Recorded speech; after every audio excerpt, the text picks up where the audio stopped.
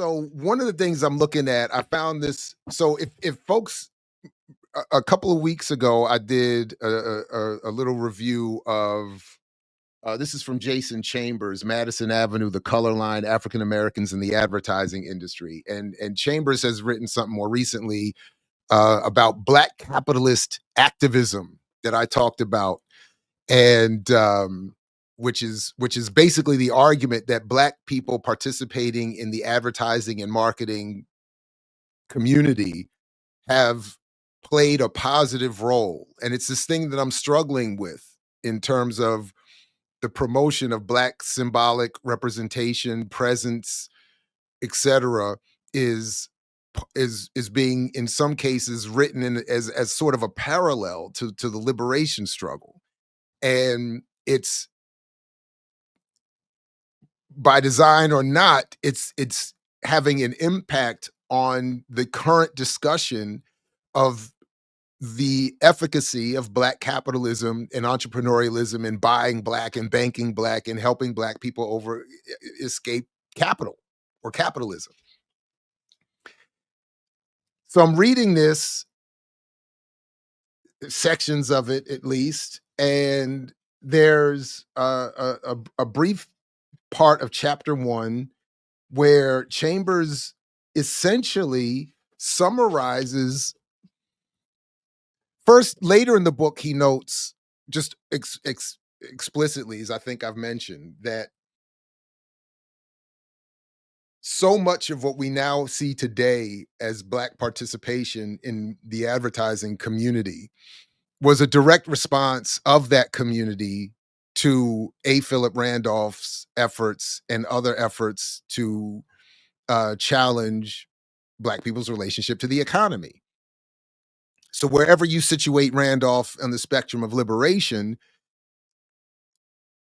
even what Randolph was advocating in the early never to occur March on Washington, the original March on Washington, was enough of a threat to the business and political elite to that they had to come up with some kind of response. So as Chambers notes here, as a direct response, the corporate world said, hire more Black people to work in the advertising community to create commercials and market to Black customers and bring a couple Black people in uh, to employment in various businesses, but more importantly, bring the Black consumer base and the Black community more carefully and more comfortably from the perspective of whites into society.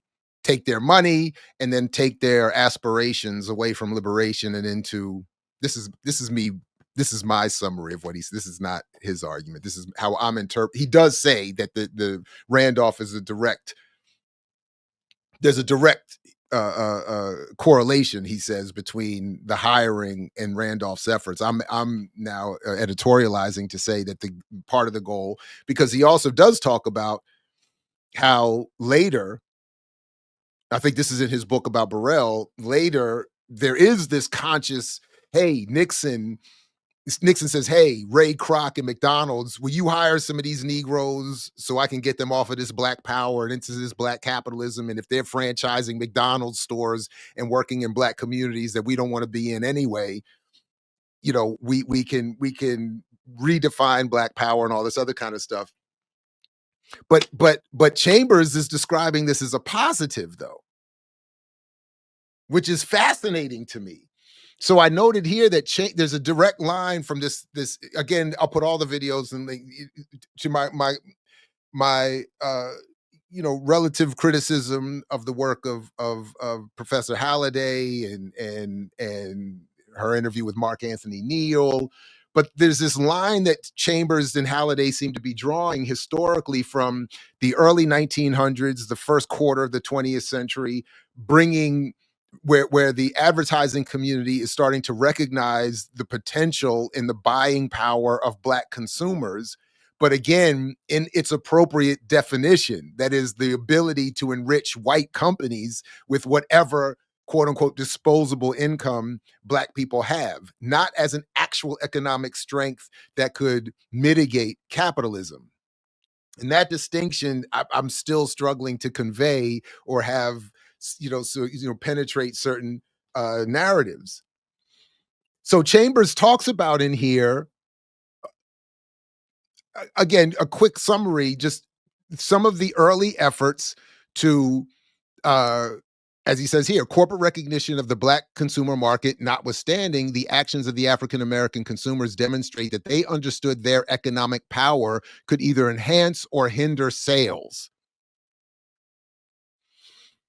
So whether he's doing it intentionally or not, Chambers is helping I properly identify what buying power means and what, in this context, economic power means to impact or hinder sales, not of not in the ability of the economic power to become a productive element for Black people, but in its relative impact on the sales of white products to Black consumers. By the late 1930s, there had been several instances of African American consumers actively using their economic power to press for better treatment and employment. Blacks found that they could not only use their buying power to ensure success in programs like that developed by the Rumford Company, but also to achieve other employment and economic goals. What was the buying power in this Rumford experiment that is mentioned here? Rumford was the Rumford program was a program to hire. What was their product? What was Rumford creating? Now I don't remember that part. But Rumford is a white owned company that in let me just back up here. Oh, because there's actually some, I don't know if anybody remembers this, but a couple years, I don't know when I did this, but I did a review of how Roland Martin brought up the work of Claude Barnett and the ANP, the was it the African, oh man, well, I don't think he was called African. Now I can't Claude Barnett and the black press that he created that was supposed to be the black version of the Newswire, of the AM of the Associated Press. Uh, and I was trying to point out in that video, I was showing how Roland Martin was misreading Gerald Horne's work on that history. But Barnett, anyway, what Barnett was doing with the AMP, and I'll was a pioneering effort in bringing white corporate advertising to the black commercial press and initiating or being an early exemplar of this contradiction of having a black commercial press, the Associated Negro Press, that's the ANP, the Associated Negro Press, um, and was an early exemplar of this contradiction of having a black commercial press needing white advertising, white corporate advertising to survive, a problem that exists to this day. And we see it with Roland Martin and others making overt pitches to these white companies to advertise with them. And then what might this mean in terms of their coverage, particularly as it relates to economic coverage? And the Rumford program was an effort, a collaboration with Barnett and the AMP for Barnett. The Rumford program had the potential to support his efforts to generate corporate attention to the black press and the black consumer market. By using the press to create awareness of the Rumford experiment, it could demonstrate its ability to move black consumer population to action. And by action, it means buy white products. And when they saw that there was success in this was somewhere around 1920, somewhere around 1920, 1930, somewhere 1928, I believe, somewhere between 1928 and 1932, if I'm not mistaken. But what this signified was that there is potential in white advertising to black consumers to get black consumption of white owned products.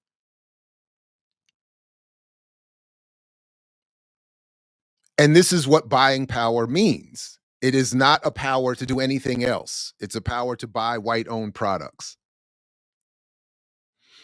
And as Chambers writes here,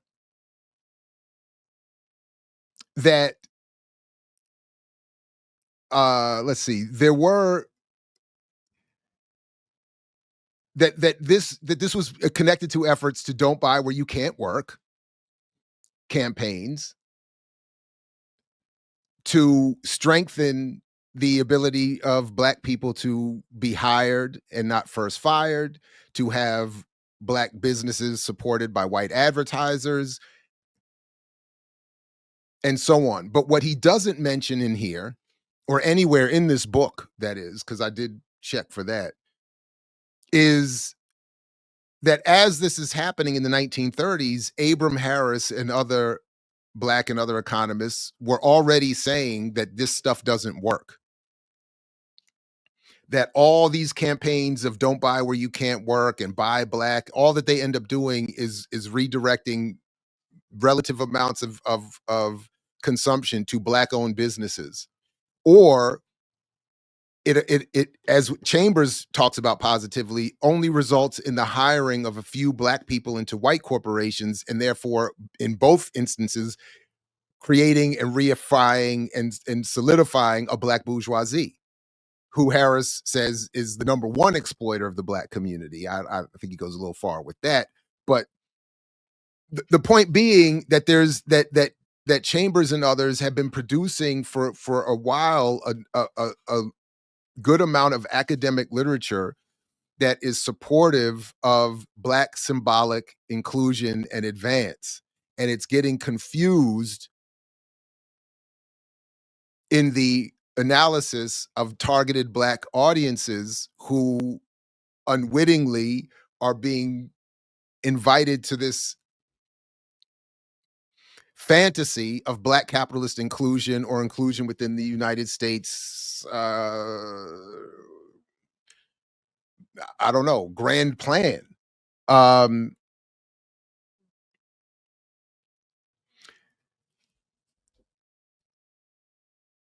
so Chambers, by the way, he points out that in the effort to get to use this so-called economic power to get concessions from white companies, he says here, this is not to say that Blacks did not support Black businesses, but the argument that came to dominate discussions of how best to direct Black consumer power emphasized using it to attract attention from white corporations. Alban Halsey of the Colored Merchants Alliance wrote, quote, "At this particular time, the proper use of our buying power is so closely related to our economic liberation and is such an important factor in our civic adjustments that it transcends in potential power all other defensive tactics."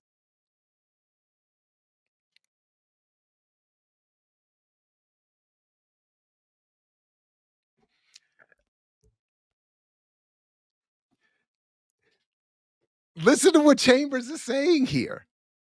On the one hand, the idea of buying power and don't buy where you can't work and buy Black and was used to get concessions from white corporations to advertise in Black commercial media, to hire a few Black workers, to hire Black ad agencies, which is and marketers, which is a big component of Chambers' focus here. But it's the head of the Colored Merchants Alliance, who is even as this as the as Chambers says, the argument that came to dominate discussions of how best to direct Black consumer power emphasized using it to attract attention from white corporations. Even as that became the dominant message, that is still to this day the that is to this day still the dominant Message is that buying power is meant to attract white ad revenue, white money, white corporate money, even as these Chambers is saying that at the time, the head of the Colored Merchants Alliance was still saying and initiating and sort of helping build the foundation of the claim that still exists to this day, that buying power is so closely related to our economic liberation and is such an important factor in our civic adjustments that it transcends in potential power all other defensive tactics. So that's why to this day, as frustrated as I may be, I can't be mad at people who want to tell me I'm wrong about my argument around buying power, because for so long it has been a foundation of the mythology and narrative that has been promoted from a Black business community and a Black business press to Black communities. We don't need armed struggle. We don't need radical political organization. We don't need socialism. We don't need any other form of movements around political power, redistribute. We don't need any of that. All of that pales in comparison to the potential power of our buying power. By the mid-1930s, most analysis of Black purchasing power centered on them as a revenue source for white-owned corporations.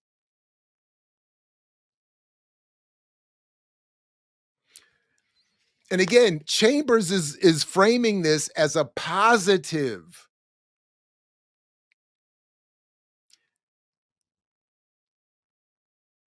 In ultimately praising the Black marketers, campaigners, ad companies, the people focused on Black consumption and Black-owned media as the heroes of this story,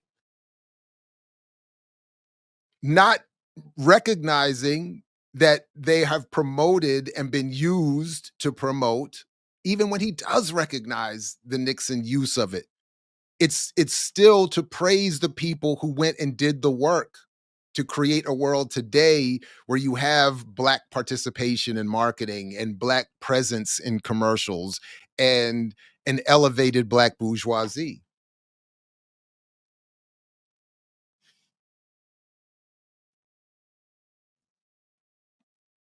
And as I wrote in my notes here, the evolution claimed is that the argument went from being a focus on Black-owned businesses and how buying power could benefit those businesses, and by 1930s was already about attracting white money.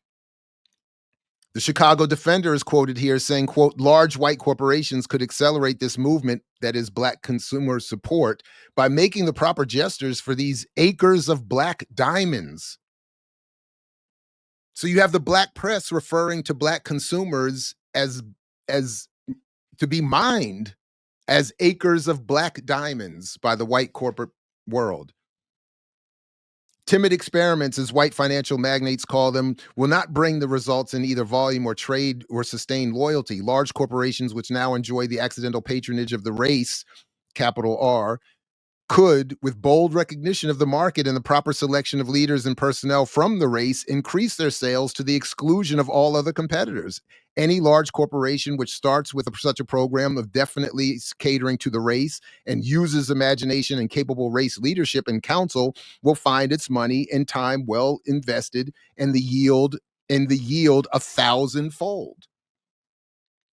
So again, from the 1930s, 100 years already, we have the Black commercial press, the Black bourgeoisie and entrepreneurial class saying Black consumers of again turning over Black consumers to white corporate ad buyers as Black diamonds, not as Black diamonds, but as the raw source material to be mined and commodified.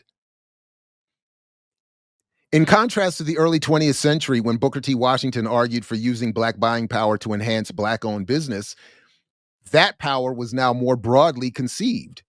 Yet the term, listen to that language. Booker T. Washington was too narrow in focusing on buying power helping Black businesses, as wrong as that was. Garvey, who he doesn't mention in here, does he mention Garvey at all? Who was saying the same thing, because of course he was a Booker T, a Washingtonian. Garvey's attempts at using buying power for his purposes are not Yeah, then Garvey's not mentioned in here at all, I don't believe. But the point is, Booker T's Washington's efforts are seen as insufficient and less evolved because now more broadly conceived, we can get this money.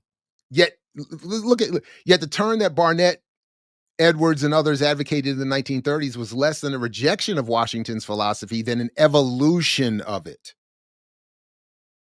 Barnett and other Black leaders did not reject Washington philosophy as much as they recognized that the interests of Blacks' consumer power could effectively lead to both an enhancement of their stature in America and the further development of some Black-owned businesses, especially newspapers. Oh my goodness. Message!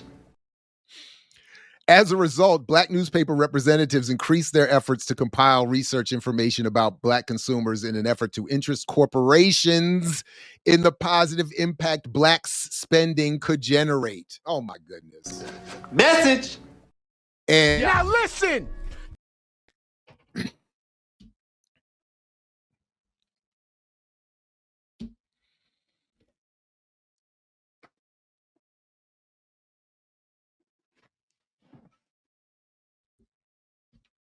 it's framed as a positive, but what he's saying is my point framed again upside down.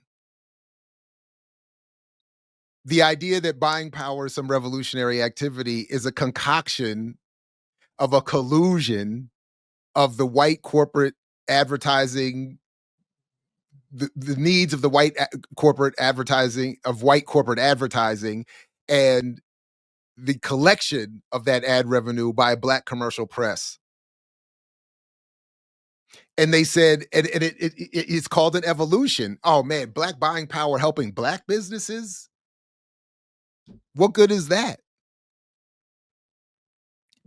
It's understood. How could that help? Black businesses don't generate enough money to support the Black press in the way the Black press wants to be supported. That's why to this day, Roland Martin has to give his routine screeds condemning the white corporate world for rejecting or devaluing the Black press, because the Black business community doesn't exist in a way that can support the needs of a Black commercial press and its advertising budget desires, in the same way it cannot satisfy the consumer needs of a Black consumer, of Black consumers. There are not enough Black-owned businesses with enough scalable capability to produce everything that we think we want or that we actually need, including a Black press that wants to live more lavishly than those of us at Black Liberation Media, where we are demonetized permanently.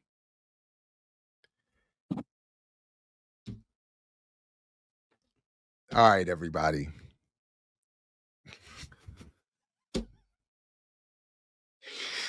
I don't know what else to say. The more, I mean, it's just so revealing.